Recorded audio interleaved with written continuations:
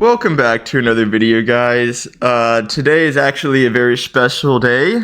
It is my favorite holiday, Halloween. Yes, of course I've been dressing up for quite a bit longer than that now. Um, I actually wanted to get on today and make a kind of special kind of video. You know, it is Halloween, and honestly, I've been wanting to make this video since, even before I had the channel, just wanting to put it out there. I'm going to preface, and there's going to be a lot of things that I'm going to have to preface with, but I do want to preface and say that all of this stuff that I'm going to describe, these are not stories that I've heard from other people. These are not other personal accounts. I may include one or two here and there, but I doubt it. Anyways, all of this is going to be me just basically talking about my experiences, and again, what better day to do that than Halloween, and a lot of this stuff is, not going to lie, incredibly personal to me. I've talked to, a few people selectively in my life about it. A lot of people, they're not really, I guess, open-minded, and even if they're not really in the category of not being open-minded, a lot of people don't really want to think about this kind of stuff because maybe it scares them or it makes them, I don't know, worried of the unknown, and I get that. Like, there's no way to get around any of this stuff without there kind of being like, okay, well, if any of that is real, which it is, how do I move forward with my life, knowing that as a certainty? And I'm not really making this video to answer any questions. I'm not gonna lie. I know that in my past videos, there's a lot of science explanation stuff going into it, and I may try to get into some of that today.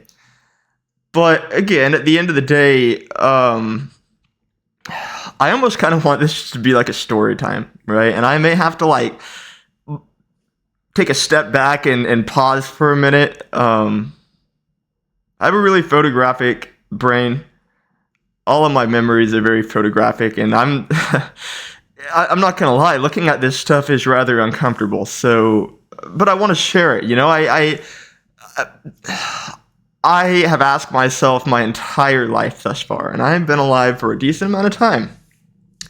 Why does any of this happen to anyone, and why did it happen to me? What is the purpose of me experiencing these things? What is the reason, right? And I believe in God, and I ask myself, okay, I have to trust God's doing, and God wanted me to experience this for a reason, and maybe at the end of the video, we'll kind of get into that more, but there is one more kind of big thing that I do want to preface and say with this. If, you're coming into this video and, maybe you don't believe, maybe you fully believe, that's totally fine. All of this is to me, it would be as if I got attacked by a bear in my youth and I was retelling the story, right? The bear was real and the bear did attack me and it did leave damage, right? That's the way that I see it. All of this stuff, it is as real as anything else that you could experience. Okay, so honestly, let's just kind of dive into it.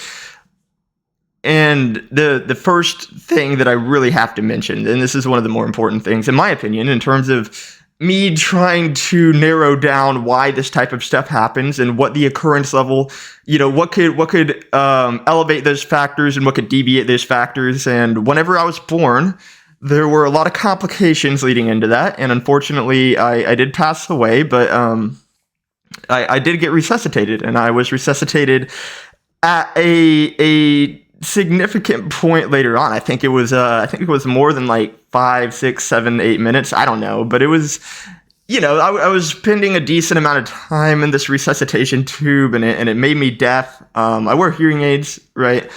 Obviously that's affected some things, like my speech, for example, but I really try to push past that. But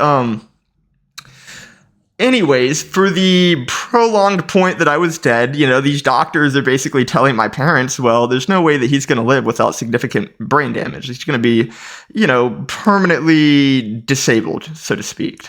But not, obviously I would be considered disabled wearing hearing aids, but I mean disabled in the sense of like wheelchair bound, not able to move, not any control over my muscles, anything. And that was a certainty to them, by the way. This wasn't like, oh, there's a chance that that's going to happen. This was like, pretty much that like your baby is kind of screwed. Which I don't know. I mean, I feel fine today. Which is crazy. But anyways, I say all of this. I did die, and I have my board here. So one of the things that I've kind of thought a lot about is this idea of the proverbial piece of paper, right? And right here you have the side of the living, right? You have a frequency and living, and then you're living over here. But then whenever you die, you kind of, poke a hole with a pencil through that paper, and now you're over here in the land of the dead, 0 frequency. And this is what it would look like head on, just kind of like a hole. And obviously all of this is purely metaphorical, right? But there is a way of looking at it where whenever I died, there's like a sheet of paper, and I passed through, and then they pulled me back, so I came back through. In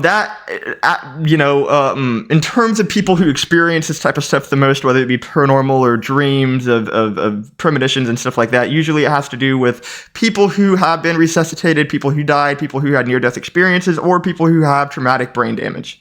That can be CTE, concussion, whatever. And anyways, moving past that, so, I ended up pulling through. I got hearing aids, all of that. And I'm in my crib now. I'm in my house. And every single night, I remember being in my white crib. And my door would always be cracked open, and I could see the blue light from the TV that my parents were watching. And it seeped through my door, and I remember the red smoke detector. And it would beep periodically, kind of dousing the room in red. And I remember every single night, there would be 4 to 5 people who would walk into my room. They weren't my parents. They were physical. They were in the flesh. They weren't wispy. They weren't see-through.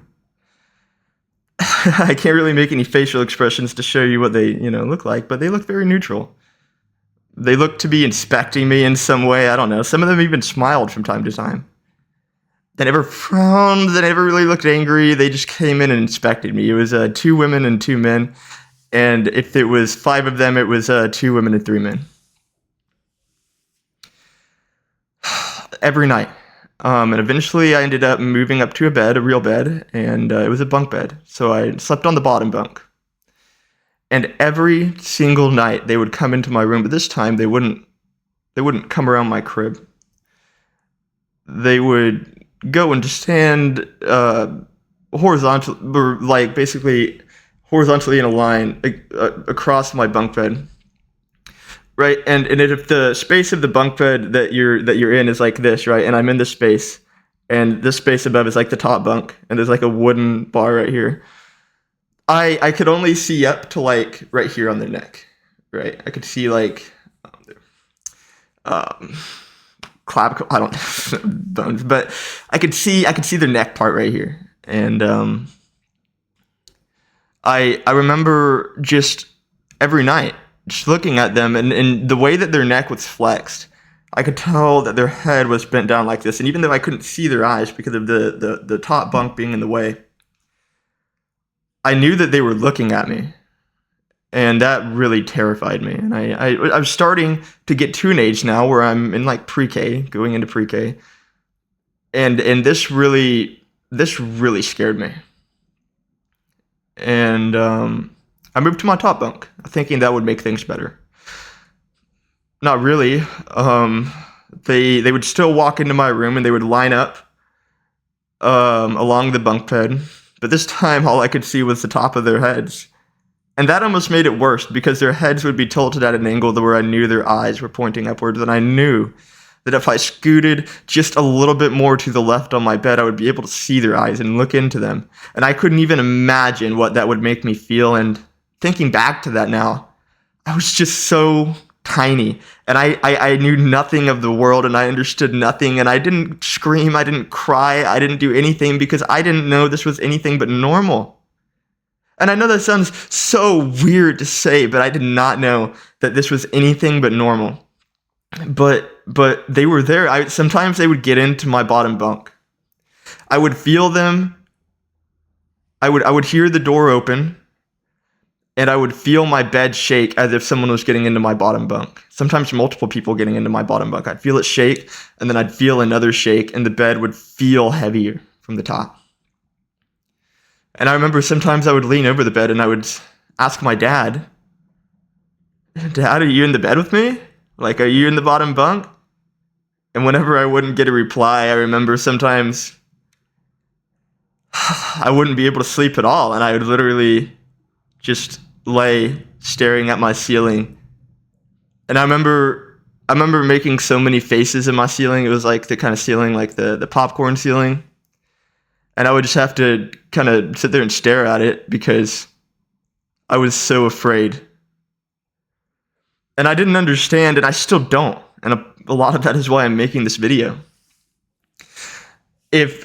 Okay, so let's kind of fast forward to kindergarten. Our house is being remodeled now, and I have to go live with my grandparents for like 2-3 months. I don't know. It felt like 8 lifetimes for me back then. But basically, the layout of this house was a really big house. But the bottom floor had like 3 living rooms, kind of, and then a master bedroom. And then the top floor had a master bedroom, an office, and then 2 guest bedrooms and like a living area. And I remember being at this house, especially, it is ingrained into my head because, again, every single night, so I'm on the top floor. It's like living space, and then there's like a hallway that goes that way, all the way that way, and then there's like a bedroom, bathroom, and then like if you were to go down the hallway, a bedroom on this side that you have to walk through a door and like this door. Anyways, every single night, I'm not exaggerating about this. Every single night, my door would open and I would shut it. My door would open, I would hear it open, and by the way, I'm deaf. Like, they weren't being quiet about it. And they would walk into my room, but this time there would be 2 at the foot of my bed, and then usually 1 on either side, but sometimes they would be like 2 on one side, 1 on the other, and then 2 in the front. And man, what do you do with this? I just was terrified, and I remember I kind of like, I guess, tolerated it for a few nights, and then I'm thinking to my little boy head, I need to keep my hearing aids on, and I need to like hear more. And so the next night I keep my hearing aids on, and I notice something immediately. I hear a door open. And a allotted amount of time later, my door opens and they walk in. And I don't know what kind of made me want to do this, but immediately as my door started to open, I jumped out of bed and was like, "You guys need to leave." And it worked. No one came into my room, and I shut my door.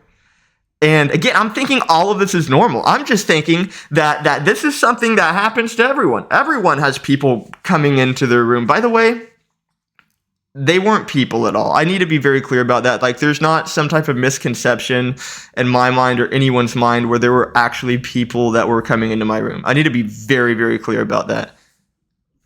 They weren't real people, okay?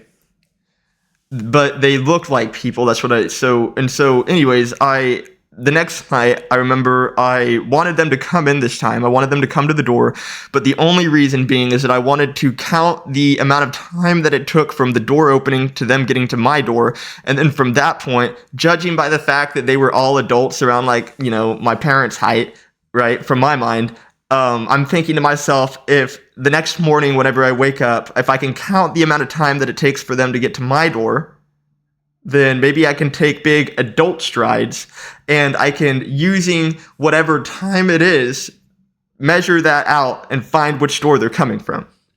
And in my mind, this is such a great idea.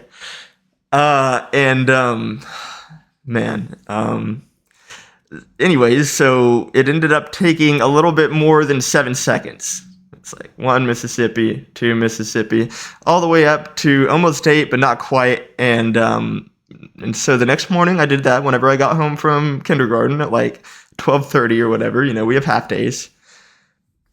I went to the front of my door that I was staying in, and then I took adult strides, whatever that was in my head, and counted to 7 in my head and tried to figure out which door they were coming from. And I figured it out pretty quick. There was only one door that they could be coming from. It was the attic door. And no, this was not an attic door that you have a little string that you pull from the ceiling. This was just like a door, like a closet door, but it opened up to a huge attic. And at this point, I went in there. There was a light. I went in there, and there was nothing at all. There was literally nothing in there. I mean, nowhere for anywhere to hide, nothing, nothing. And I explored all of it. I'm a little kid. Of course, I explored every inch of that place. Trust me. And, yeah, I remember, I'm not even going to lie. This is going to make me really uncomfortable. But basically that night, after I did all of that, I heard the door open, but my door didn't open. And there was like this woman, and she was in there this time, and dude, not good looking at all. And I don't mean in the ugly way. I mean in like, what the, yeah. That sits up here to this day. And all of it's kind of a blur after that. I'm not even gonna lie. I just kind of, I don't know. My mind has really tried to self-delete a lot of this stuff, and I can't really blame it. So kind of moving on from that, I end up having one more experience there. One more notable experience, and that is that my sister is incredibly sick. And she is staying in the guest bedroom that whenever I mentioned that hallway earlier, if you have the second floor, the living room, then I'm staying in the guest bedroom right here, the bathroom, and then there's a guest bedroom over here. She's staying right here. And I remember very distinctly hearing a woman talking in there that wasn't my sister. So I walked in there thinking my mom was in there. And there was a middle-aged woman, on the younger side, maybe 40s. And she was sitting on the edge of the bed with both of her legs hanging off with a kind of nightgown on. And she had shorter hair. And I couldn't really make out the color of her hair. It was just kind of like light, like literal light, right? But if it had to be a color, maybe like brown. It's hard to describe because she wasn't putting off light. Like there wasn't light on the walls because of her. And the room was pitch black. But at the same time, I could see her as if she was illuminated. And I remember watching her take my sister's hair and moving her hair, my sister's hair moved with her finger as she put it behind her ear. And my sister is laying in bed coughing, and she's having a conversation with this woman. It seems that way. And as I'm kind of taking this all in, and I'm like, what the heck? My mom and dad walk in, and I'm like, what? Turn around, and, mom's like, who are you talking to? I'm talking to the woman. And they were like, what? Anyways, actually fast forward like to college, I ended up bringing that back up, and we discussed it, and we were able to determine based on my description that woman is my dad's mom, my grandma, who actually did live in that house and passed away 2 years before that event. All of that very interesting. Although there were no experiences that happened because of anything in relation to this, there was in the master bedroom of that house, there was a room with easily over 250 dolls. Some of those dolls being 4.5 feet tall, some of them being, just normal like dolls that big. A lot of them were taller than me at the time that I was there.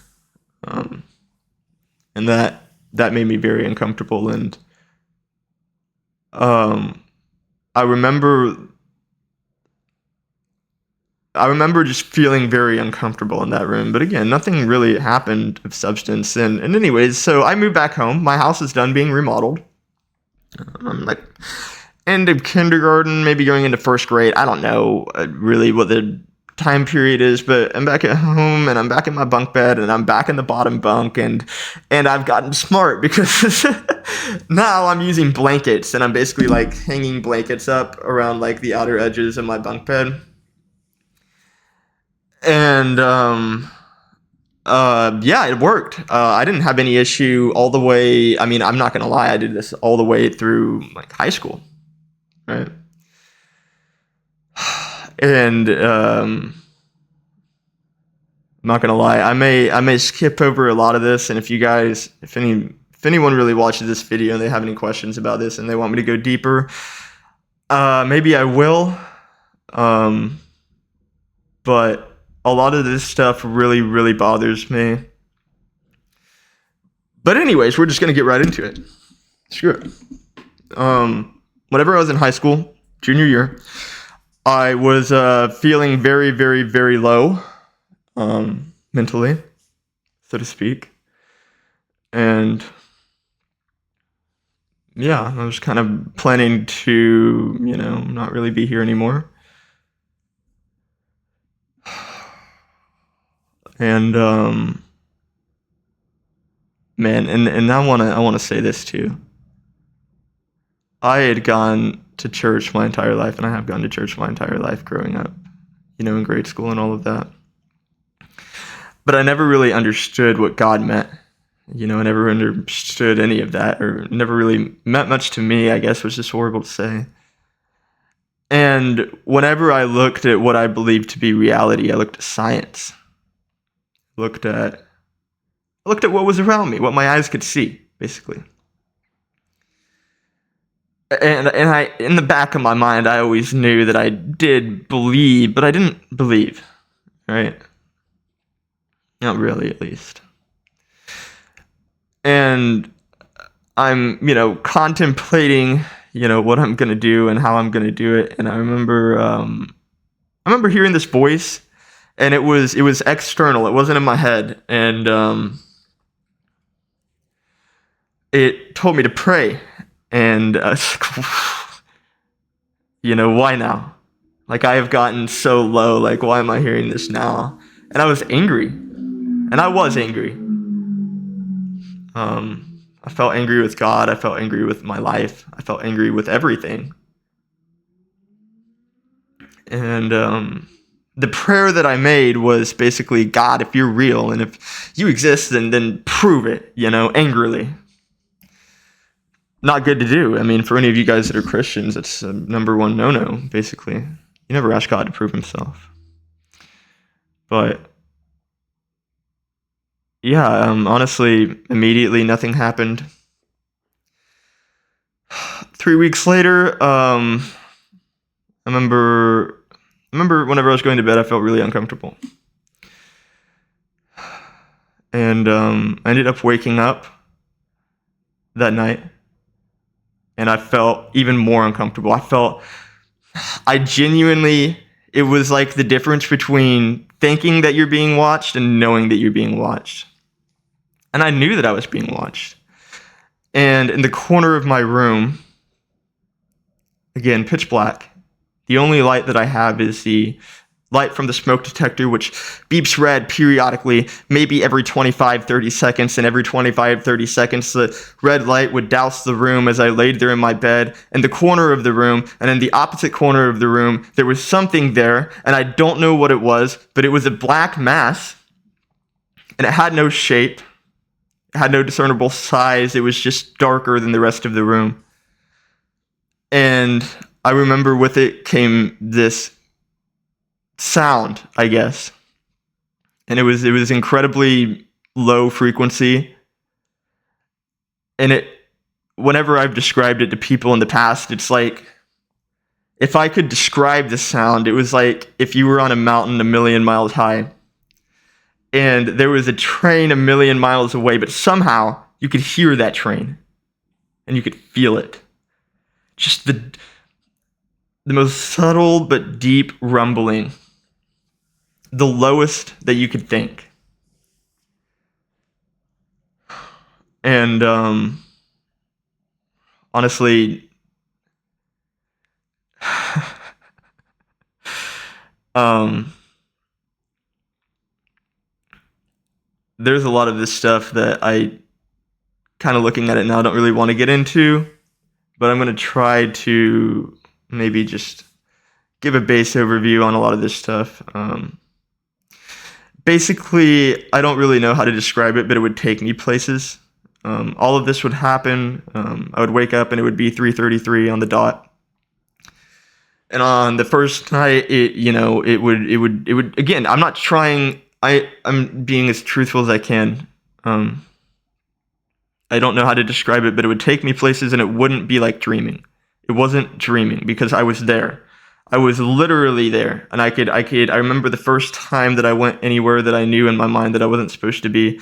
Immediately, using my fingernail, started to like do 8 plus 8 on the wall, and like 2 times 2, and like do math basically, because I remembered that if you were in a dream that you want to get out of and you're lucid and you feel trapped or whatever, then start doing math or like start trying to read.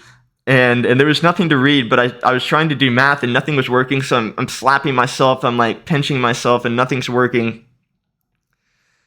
And I really felt like I just wanted to lean against the wall and cry. And I remember my subconscious is just kind of like, hey, Spider-Man, if you do that, we're never going to figure out anything. And it's like, my brain almost like kicked in this instantaneous coping mechanism where I treated it as like a video game. Almost like anytime that I wasn't somewhere that I knew that I was supposed to be, it would basically be, okay, this is a version of you where it's proven that you can get like grievously injured and you're not, you're gonna like snap out of it. And again, I don't really know how to describe the transition period between being in my bed terrified and then suddenly being somewhere that I wasn't supposed to be. And a lot of times I would still be in my own house, but it would be a much older version of my house, like from like the 60s, 70s, whatever. And also my room, whenever I would kind of snap into it, would be a girl's room. And the walls had different decorations, and I was in like a single twin bed. Bed was in a different position in my room. There was a nightstand to my right. It had pictures on it with people, and the sun rays would be beaming through my window. And obviously, just 1 millisecond ago, it was 3:33. And yeah, I again, would find myself and whenever I found myself in this scenario the first time, wanted to break down and cry. I'm not lying. But there was also, again, this deeper part of me that's like, well, you just need to figure this out. I don't know what to tell you, but you just need to figure this out.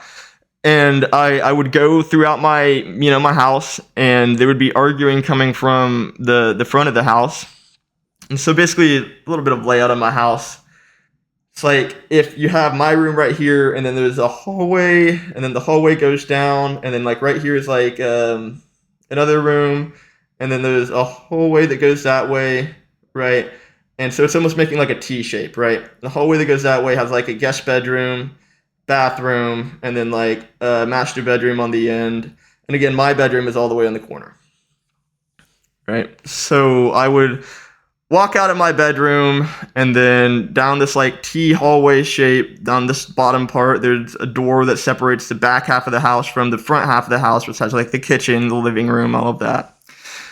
And I would basically hear arguing coming from that door. And whenever I would go to put my hand on said door, the door handle, I would be somewhere else. And it was a lake or an ocean, I don't know, body of water. Again, I know that this sounds... I know. But please try to stay with me.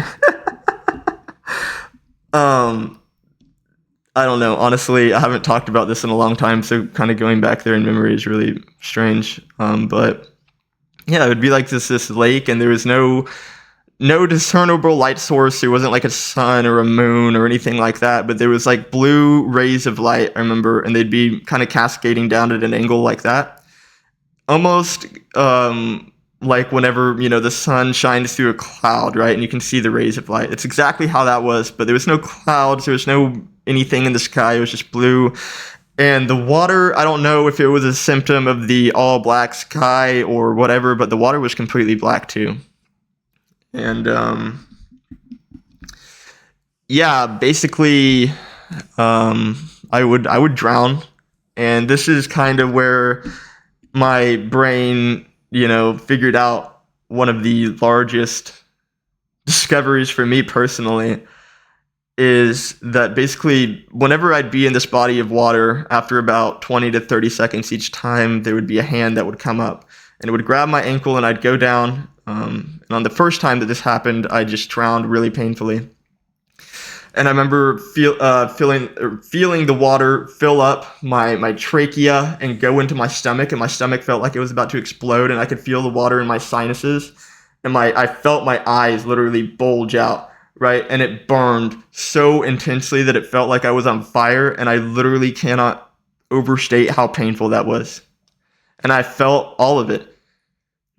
And I snap out of it, and I'm in my bed, and I just feel full, and I just get out of bed, and I don't even think I made it to the toilet, but I threw up, and it was just disgusting stuff in me, like just I don't know, a very watery throw up all over my carpet, which I know is probably TMI and gross, but yeah, that was just the first time. This went on for about a year and a half, and then there was fluctuations here and there. Kind of thinking about what I want to get into next about it, because I really don't want to talk about all of it. I remember, so the second day, all of this happens again, and in the same way, and I just go and touch the door again, because I think that whenever I get to the point where I am, seeing all of this in my room, it's 3:33, and then I'm suddenly in this old version of my room. I'm thinking that I can just walk over to the door where I hear the arguing from, and I can pull it open fast enough this time, right? I can just finagle my hand, and Spider-Man-like. No, as soon as I touched it again back in the lake, but I did make a decision with my brain, and this is kind of what I was mentioning with one of the largest discoveries with me, is that I told my brain, okay, if this isn't real, then I watched a documentary one time about wildebeests where they shut off their bodily functions whenever a lion or like something gets them, right? And they know that they're going to die. They're not dead yet, but their brain literally shuts it off. And I know this sounds crazy, but I was talking to my brain and I was like, you literally created a coping mechanism that treats this as if it's a video game. So treat it even more so as if it's a video game. And whenever we get pulled down, hold, like focus all energy on holding. Like, I'm going to try to hold my breath, basically. But as soon as I pass out, I want you to shut it off instantaneously. And it like, I'm not trying to be weird, but it like immediately agreed. It recognized the fact that we did not die the first time. And this is where I did realize that, and I think that maybe this has already been proven or talked about, but I don't really know to what extent. But I really did realize that the brain itself and me talking, my soul, are totally different entities. Like, I would basically, as I was dying in this lake, I would feel this me right here in my body. I would feel it like a Lego piece that it had been super glued together, basically pulling itself apart. And this me would shoot up to the top above the water, and I still looked like I could look down and see my legs, and I'd be floating and all of that and whatever. But I could feel everything that the version of me down there below the water was experiencing. But it did work. It was much less painful, and whenever I snapped out of it, I didn't throw up. I didn't have anything like that. I was just really tired, and I hurt really bad. And I remember as soon as I, kind of got my senses together, I noticed that my ankle was incredibly cold. And immediately my subconscious is like, bro, you got a hand wrapped around that. And I yanked it as hard as I could. And as I yanked my ankle back towards me, the blankets from my bed shot off to the other side of the room. And at that moment, I was like, F this, dude.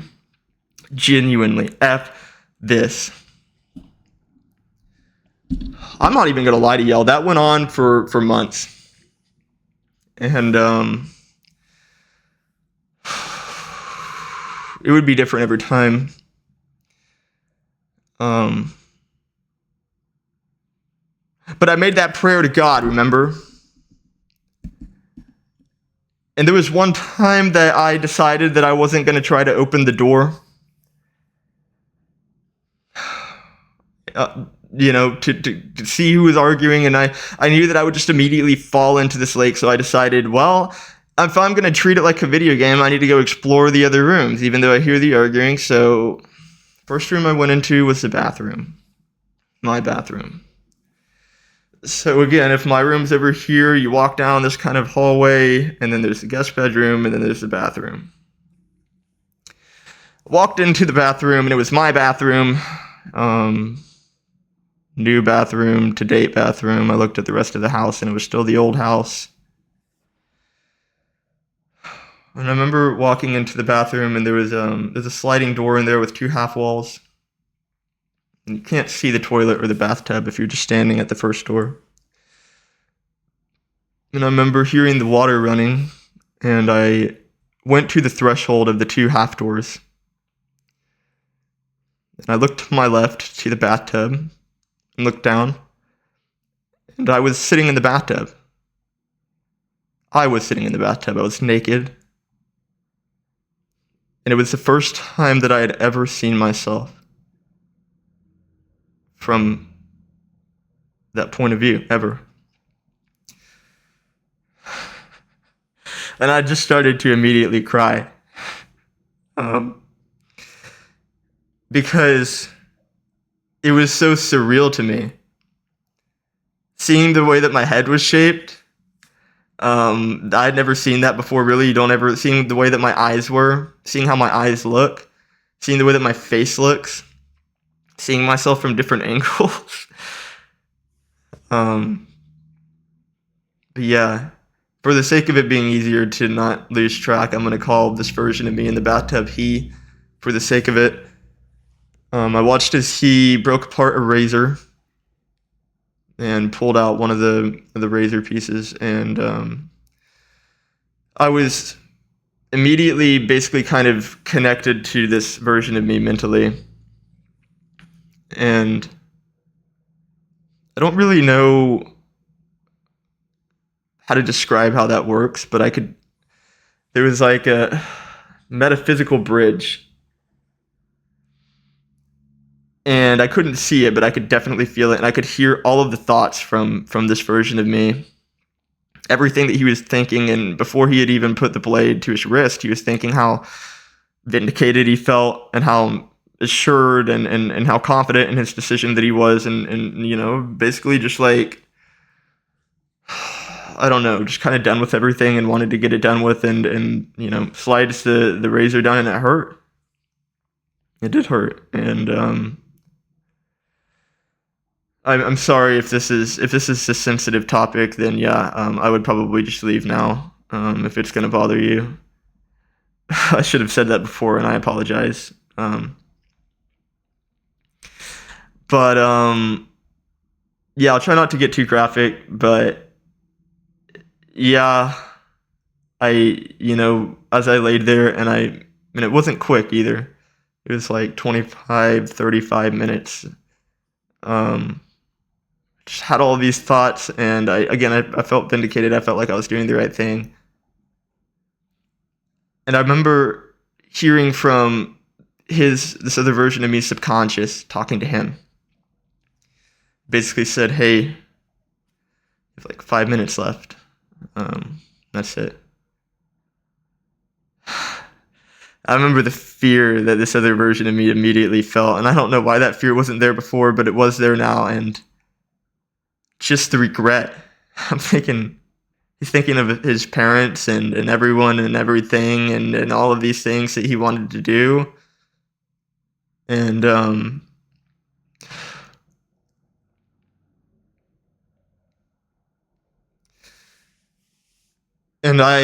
felt all of it. And eventually he did die. And it felt like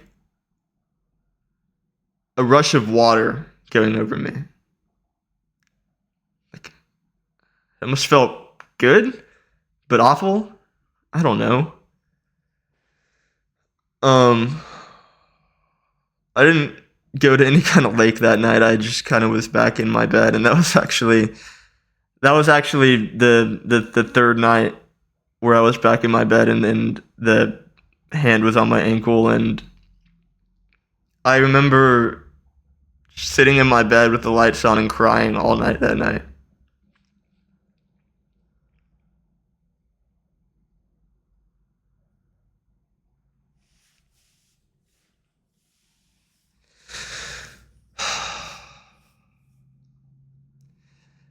How do you deal with that? What do you think about what what mental processes do you have to go through to reconcile that? Um that would be the last time that would happen to that capacity, although I would continue to die a lot in different scenarios, and um it just ended up getting to a point where it was no longer affecting just me. And at the beginning, through the first few months, I genuinely thought that I was losing my mind, that I had a mental illness and all of this stuff. And I wanted it to be that. I wanted that to be the case. Right? But it only happened at my house. And so I'm thinking, that's not good. That's not a good sign at all if I want it to be mental illness. And anyways, it got to a point where other people in the house started to recognize things too, even like people coming over. The guest bedroom itself was, I believe, where it resided, inside of an armoire. You know what's crazy about that armoire? You know where that armoire stayed for years and years and years before it was in that guest bedroom? It was in my grandfather's attic. And the woman that I saw on the last night of staying there, kindergarten,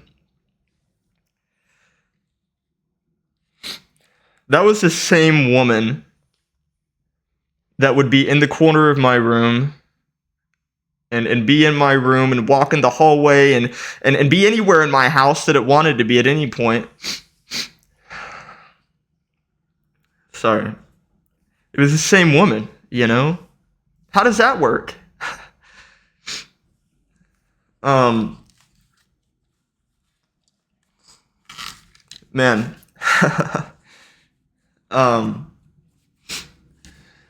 So anyways, it's becoming noticeable to a lot of people, basically, and it's not just me anymore, and I still don't really know what to think about this. Again, I'm honestly at this point, I'm so curious. Curiosity has taken me over because I believed everything that existed within what I could see and existed within the realm of science. And now I am literally being challenged in ways that I could not have even comprehended. And in terms of like other experiences that were this wasn't like lights flipping on and off or even like really every once in a while I'd hear like a drawer slam or like a door slam or something like that. But it wasn't even really like that kind of thing. It was like purely mental torture. Like, again, there wasn't like all of this stuff constantly being thrown around or moving around or anything like that. It happened seldomly. It happened a few times, but this was mainly like in my head. And so again, I'm thinking that like this is all has to be in my head.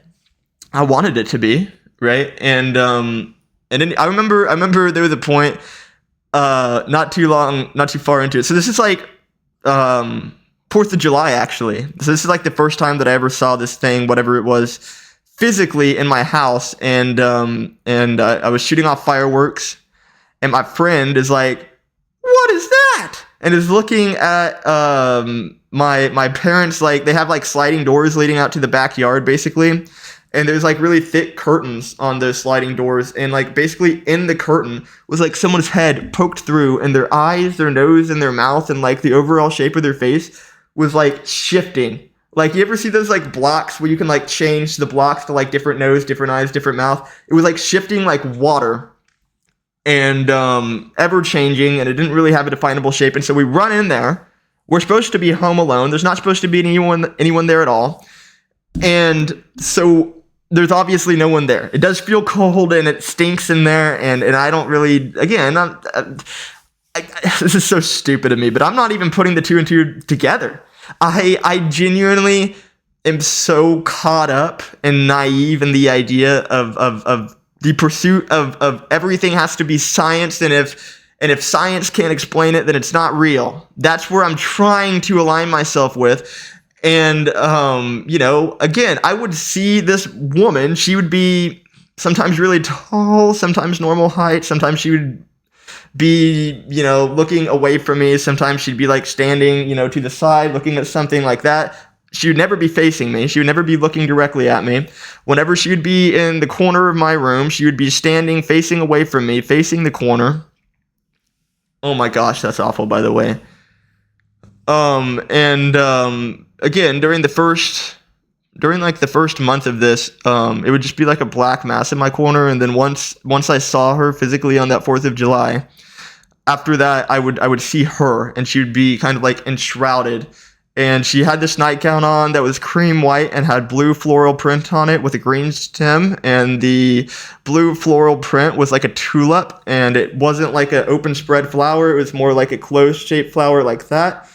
And the nightgown itself, we have tried to research into it and find out, but we really haven't been able to find out anything. And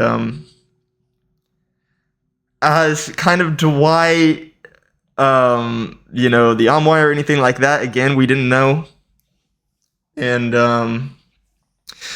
I do remember there being one time that stood out from the rest of just kind of seeing her, because honestly, I kind of got to a point where I was getting used to it. Like, I would see her in the house so much that I'd be getting used to it. But there was one time, and I remember I'd go to school thinking that school is the only time that I could have peace from this stuff. And I come home from school for lunch, and I'm making myself a sandwich. And as I'm making myself a sandwich, out from the laundry room door, so if we have like the kitchen right here, like this is the kitchen, there's a door right here that leads to like a laundry room, right? So the door, kitchen, door, laundry room, and the door is like cracked open halfway, and I see these little hands, and both hands are below the door handle, and I'm like, what the hell? and this little boy walks out, and he's got brown hair, and he's got like the little thing where they like comb it like that, and one side is straight down and the other side is combed over, and it looks wet. It looks like he just like got out of the shower, and he's wearing a one piece, like a onesie thing. And it's like bluish, and his eyes, they looked normal. I don't know what else to say. They looked normal. He looked normal. He didn't look evil. I'm like, what the heck is this? And straight up, I was like, hey, you need to get out of my house. And he looked at me all confused, and then basically went back into the laundry room. And I didn't even bother going in there to look. I'm not even going to lie. I was like, you know what? That's not even worth my time. I'm going to go back to school and not deal with this and all of that. And so anyways, I'm not going to lie. So much that I'm leaving out. But if anyone wants to have me make an extended version on all of this, it's totally fine. I just feel like I've already made this video pretty long. But anyways, it got to a point where my mom suggested saging the house, and we did that, and it actually worked for a few weeks. I did not have any type of horrible experience of the night at 3:33. I didn't, go anywhere. I didn't, see anything in the house or anything like that, or feel anything in the house and anything like that. But obviously, a few weeks later, it came back, and it honestly came back even stronger. So I was at a point where I was like, we have to do something about this permanently. I don't really know what else to say. That is whenever we called our state's paranormal investigation company. My dad went out of town, so we're thinking, I'm not gonna lie, my dad, with all of this, he seemed to be, I don't know if he was skeptical as much as maybe just didn't want to get into it and talk about it because it bothered him. But anyways, so we have them come to the house, and they're telling us, okay, well, we're gonna go and set up our equipment. It's like 7 or 8 people, a guy and women, and they're like, we're gonna go set up our equipment. It's gonna be like 15-20 minutes, and then we'll let you know what we think. I sat on my couch and waited for like an hour and a half, 2 hours. And then they come back. The main guy, comes into the living room area where I'm sitting, and he just looks distraught. And I'm like, oh my gosh. And he's like, can I show you something? I'm like, yeah. He's like, takes out a notepad and flips it open, shows it to me, and it's the woman. He's drawn her. And that, that like froze me up, and he could see that, and he didn't even ask me if that's what I had been seeing. It's like he just knew. And he very sternly was like, I need you to get up. Like, okay. And we walked to my room, and he has like this EMF reader. And it's like this like box, kind of like TV remote looking thing, shape size thing. And it's got a series of dots on it from like green, green, green, yellow, yellow, red, basically. And red meaning that it's like the highest levels of electromagnetic frequency, and green meaning basically none. So like the constant beat of that thing, whatever is turned on, meaning it's not picking up anything, was like a beep, beep, beep, right? So we have that on, and we walk into my room, and he basically goes to the corner of my room where this thing would stand every single night.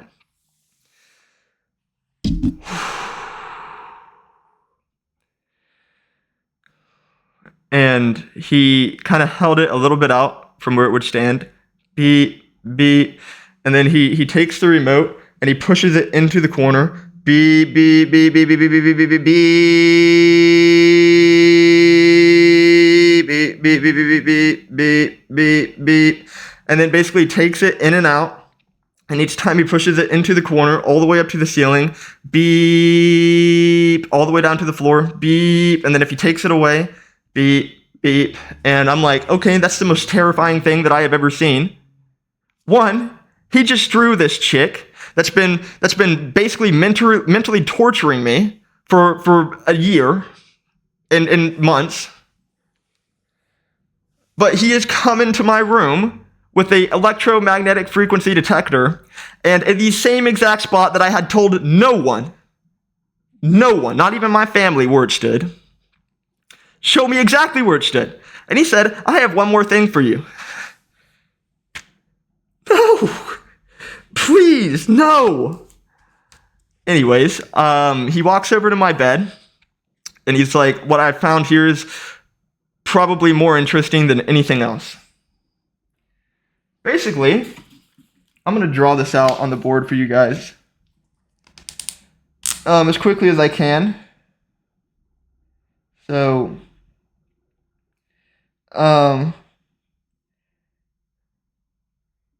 basically, hold on.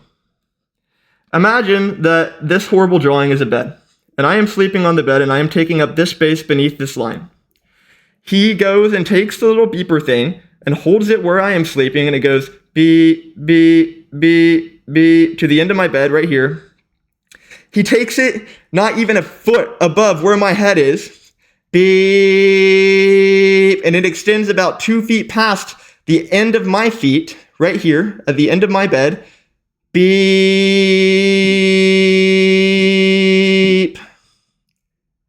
You know what that guy told me? He asked me, Spider-Man, have you had any visions? Has it taken you anywhere? Immediately, my brain just stopped. And my subconscious immediately began to ask a very simple but profound question. Has all of this been real? Has all of this been real? And immediately, the answer could not be any more clear than yes. Because I told him, yes, I have been having visions, and it has been taking me places, and I've been seeing things that I would never ask on my worst enemy for them to experience. And to this day, I think to myself, I am glad that it was me who went through that, because I don't know if anyone else could deal with that level of mental fucking torment. Sorry for cussing. I apologize for that.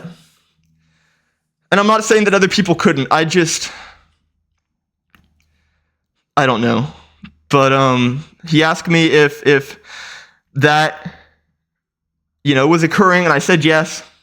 And he told me that every single night whenever I slept, that it would basically place itself horizontally above me with its eyes aligned directly at my eyes, parallel to my eyes. And whenever I would be awake at 3:33, laying in my bed, scared out of my mind, that it would come over to me and basically right over, horizontal, stare into my eyes. And at the moment that it looked into my eyes is whenever my reality would crumble and the new reality would begin, and I would have to experience the other places. So the idea is that it was never actually teleporting me or doing anything like that. Maybe it was. I don't know how any of this works. I actually want to make a video sometime soon, in the maybe next week, trying to break down, actually not just talking about this stuff in the sense of telling stories and story time and all of that, but actually breaking down the fundamental science of how all of this is happening. Because I have moved past, I have walked up the step of stairs, no longer asking, are these things real? Now I am asking myself, knowing that they are real, what are the implications at a scientific level in which we can study them? How can we apply this to science? We have to stop asking these questions of the uncertainty, of being afraid of stuff labeled as paranormal, as ghosts, as demons, as anything like this. And we have to ask ourselves, what is going on? And so with all of this, this guy is explaining all of this to me, and we go and do a series of prayers in the house. He determines that this thing is attached to the arm wire, and we sell the arm wire. Coincidentally, it ended up back on sale a few weeks later, but anyways, after all of that, it was gone. And not only that, but the most important thing that man told me out of everything that he told me was that if you don't believe in God, you will never be strong enough to beat these things on your own. And I looked at him and I said, I don't know if I believe in God. And he said, well, if you don't, you're going to suffer. And I didn't even really, I thought he was just being kind of an ass. But no. I mean, I really see it now. I really understand, because I have had experiences basically not super recently, but I've had experiences in the past, 4 months. And in those moments, I immediately called upon God and they were gone. And you call upon God with certainty. I ask myself this question my entire life to this point now. Why did I have to deal with any of that? Most of which from that story, I left out, by the way. Honestly, 80% of it. Because I just can't even talk about it, because I can't even understand it. And what I already said is just already crazy enough. And it leaves me with so many questions. But the biggest one, why me? I ask myself this all the time. Whenever I made that initial prayer to God, and I told him, prove yourself to me. If you are real, make it known. He did. Because if there is any constant that we have learned that exists among all religions across the entire planet. Christianity, Islam, Eastern philosophy, Buddhism, Hinduism, all of it. Do you know what that is? Balance. Light and dark. Heaven and hell. The idea that everything has to be balanced. Yin and yang. There cannot be demons without the presence of angels. And there cannot be angels without the presence of God, and there cannot be God without the presence of Satan himself.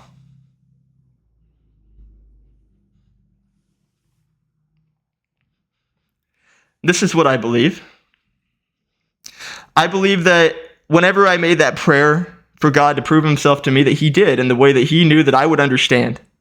God knew that me being the person that I am, and I am so interested in science, and I am so interested in trying to break down the fundamentals of things that no one even wants to think about, because it's again, not conventional at all.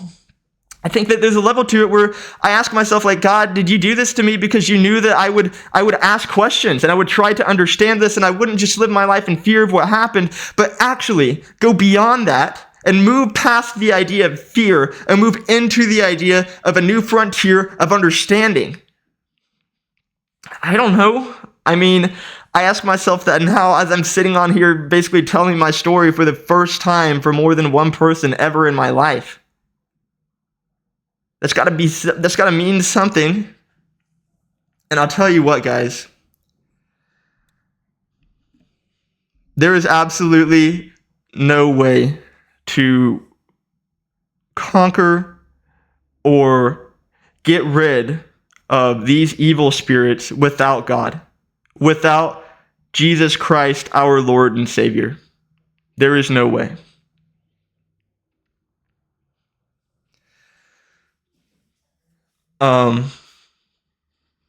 Man, that's a lot, I know.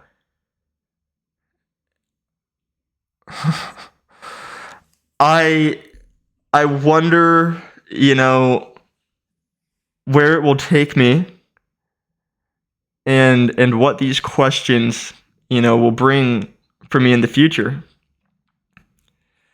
And I also, honestly am pretty self-aware that there is like some type of tightrope that I feel like I'm walking sometimes where I have to be very careful whenever it's slightly windy not to fall off, because I feel like I could lose myself. It's like you have to maintain this balance of staying on course, of trying to understand one thing at a time without basically jumping into all of these different ideas of quantum physics and quantum tunneling and I mean, even on the board,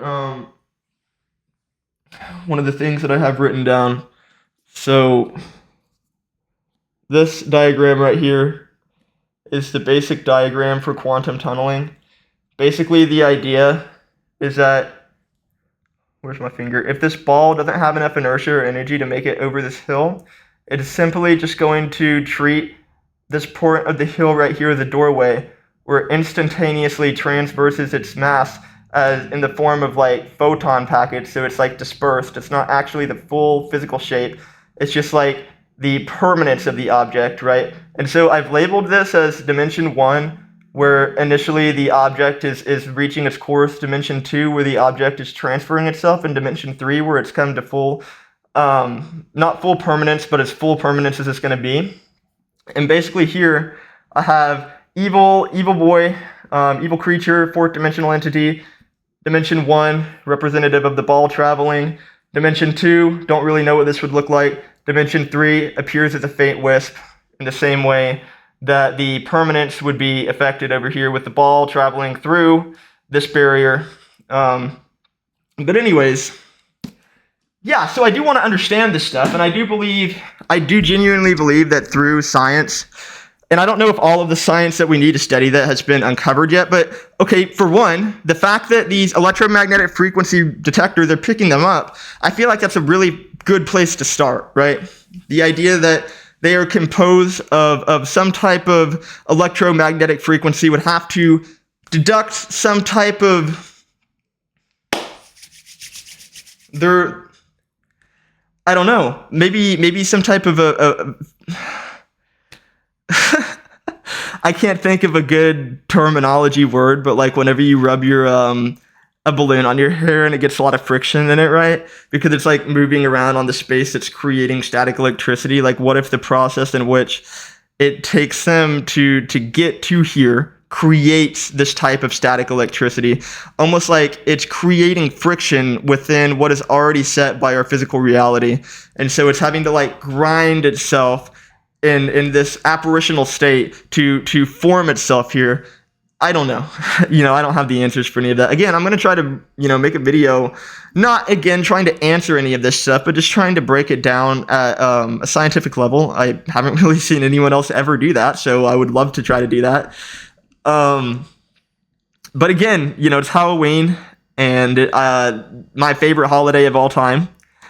I love Halloween. I think that I want to make this point really quick. I know it's completely derivative to the video. There's a lot of people who are like, oh, Halloween isn't Christian, it's anti-godly. I'll tell you what, if you believe in your core, in your soul, that what you're doing is godly, and you want to go dress up for Halloween and go trick-or-treating or do whatever, then there's not an issue. But if you're in your mind saying, I'm going to dress up as the devil because I want to be evil, then yeah, that's probably an issue, right? So if someone's like, oh, well, you're not a Christian if you participate in Halloween, don't listen to that at all. Don't listen to that at all. Yeah, that's ridiculous, guys. Man, this was kind of a fun one to get through. I feel like I've left out so much, but I also feel like this video is so long by now. If you guys enjoy this video, I'll definitely rewatch it and kind of see what I mentioned and what I haven't mentioned, and I'll definitely make a part 2. And I don't know if that part 2 is going to come before or after I make kind of a breakdown video trying to, understand this. And obviously that video can't just be one video too. I'm not just going to make one video and then I'm like, voila, I've solved the science of temporal non-locality and perceptual resonance across parallel probability fields. Like, absolutely not. No, but it is really interesting to me, and I hope that this video reaches somebody where this type of topic is really interesting to them too. And again, I want to be very, very clear. This is going to be one of the last things that I say. I want to be incredibly clear that whenever I say all of this does not come from a literal fictional story. This is stuff that happened to me. This is as real as if I got attacked by a pit bull whenever I was a kid. And again, I had the scars on my face to prove it, right? I had the scars on my soul to prove it. And I have really no reason to lie about any of this. For me, again, being someone who didn't really believe in any of this type of paranormal stuff or really get that deep into the idea of religion and Christianity and all of that, to experience something like this at a level where I am already in the pursuit of wanting to understand the universe and science, I think that there is a lot of ways to look at this in the sense that, God has given me a blessing. It's horrible, but it was horrible, but I'm past it now and I'm here where I am now. And I haven't really talked to anyone else who really has had paranormal experiences in general, much less wanted to understand them, much less really even, one, wanted to take the time or had the ability to try to sit down and understand this at a, scientific level. So again, I'm honestly kind of hopeful to see where it goes. Genuinely. I think that everything that we don't know is a doorway waiting to be answered for science. And all science leads back to the understanding of God's intelligent and incredible handiwork that we can never truly understand. And honestly, for me to even say that we could understand at a full extent, a full certainty, all of this stuff regarding, quantum multiversal theory and paranormal and all of this stuff, it's slim. But I would argue, just like we have figured out a lot of stuff for a lot of other things, we will find out more and more in the future, and I'm excited for that. And I hope that you guys are too. I'm going to be back on here again really soon. Please leave your thoughts and comments, and in the comment section below. But I hope to see you guys soon, and I hope that you guys, have a good one, have a really good night. I hope that you guys who are partying tonight, stay safe and make wise decisions. And if you are dressing up as Spider-Man tonight, please let me know in the comments. I love it. I love any support that I can get. So again, you guys have a good one. Stay positive and try to be the best person that you can be.